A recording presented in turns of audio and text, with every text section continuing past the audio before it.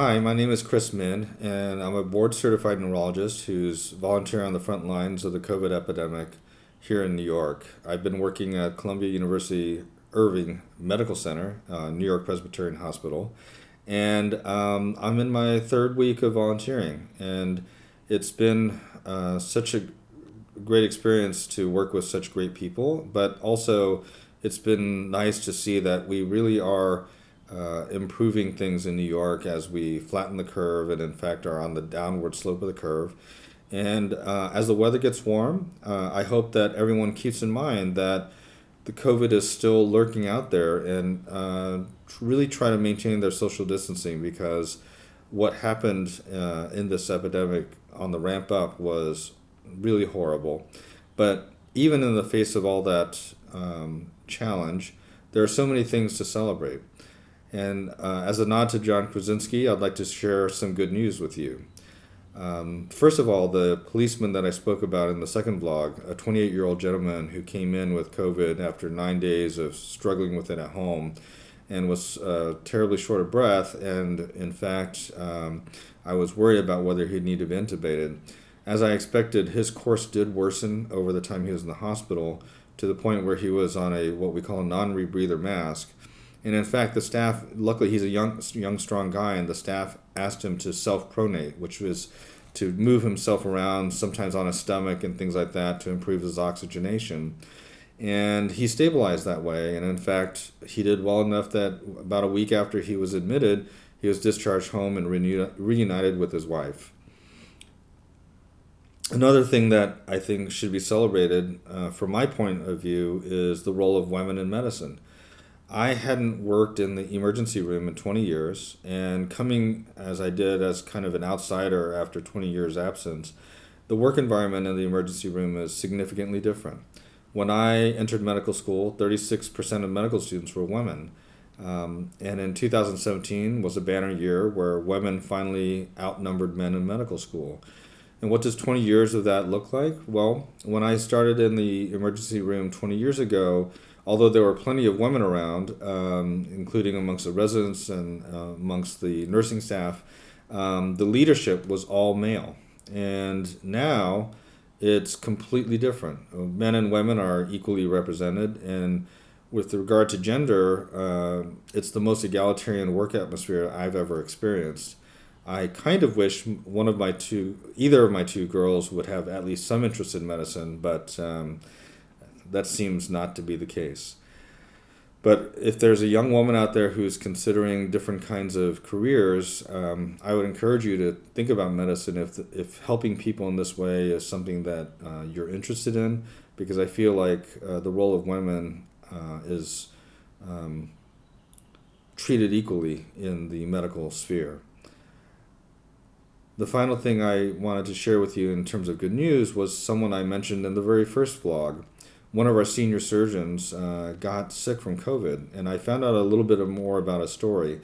He was operating on a woman at a time when we weren't screening every patient for COVID.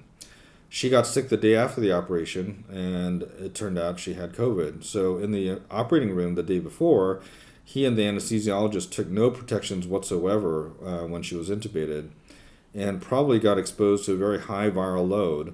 That both the anesthesiologist and the surgeon needed intubation to treat their COVID infections.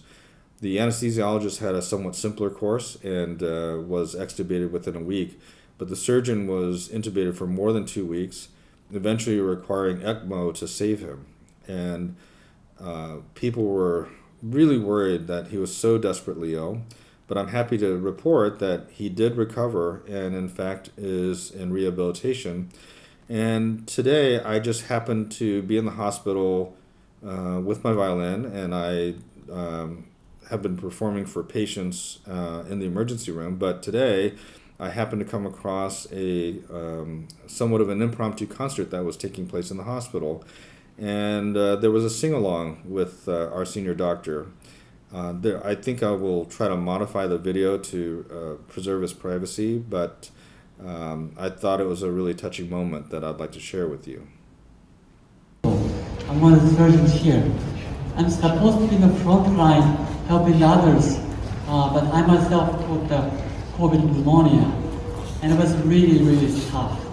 I was on a ventilator for 2 weeks and even on ECMO a few days.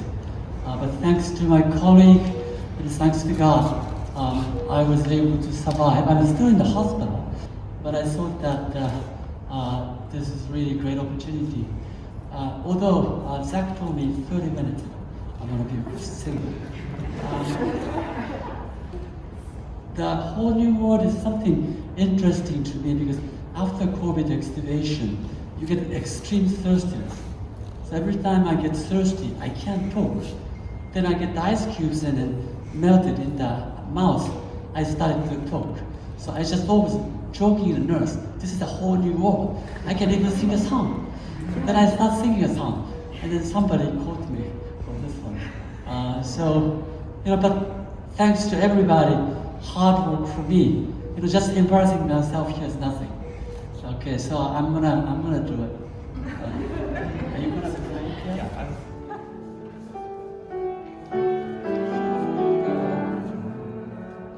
Shine and shivers, splendid, down the princess, no when did you love? Let your heart decide. I can open your eyes, take you under my wonder, over sideways and under, on a magic carpet, run around the world, and you make us honor you. No one to tell us no, or where to go, say we're only dreaming.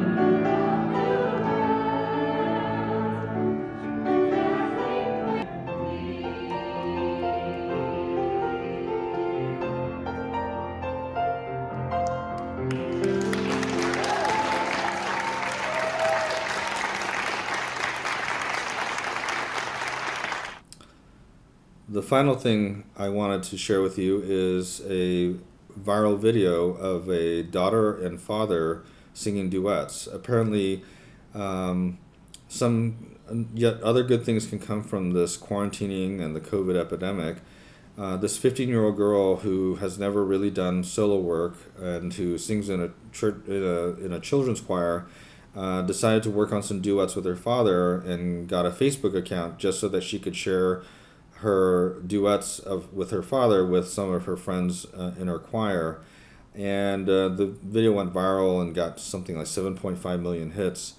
And I just like their videos because it just shows both the fact that they were really caused by the circumstances of being quarantined in this epidemic, but also because they show, to me, the simple love between a father and his daughter.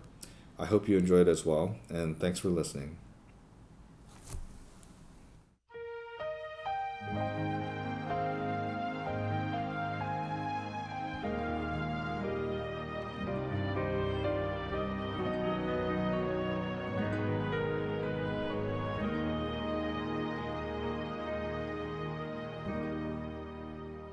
Pray you'll be alright,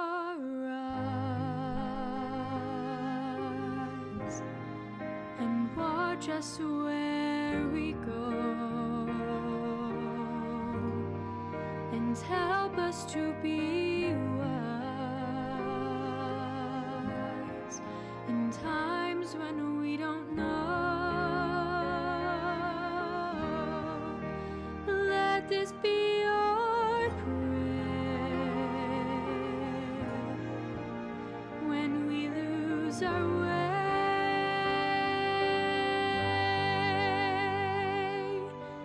Lead us to a place, guide us with your grace, to a place where we'll be safe. I pray we'll find your love. I pray we'll find your love And hold it in our hearts. and hold it in our hearts. When stars go out each night. When stars go out each night, Remind us where you are. this be our prayer. Let this be our prayer. When shadows fill our day. When shadows fill our day. Lead us to a place. Guide us with your grace. To a place where we'll be safe.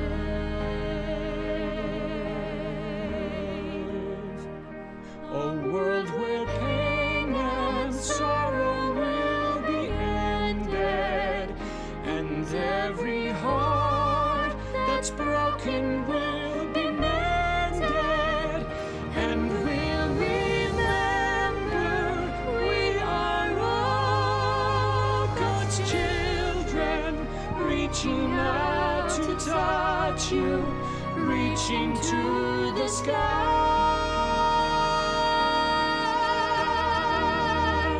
We ask that life be kind and watch us from above. We hope each soul will find another soul to love. Let this be our prayer. Just like every child. Just like every child Needs to find a place. Guide us with your grace. Give us faith so we'll be safe. Needs to find a place. Guide us with your grace.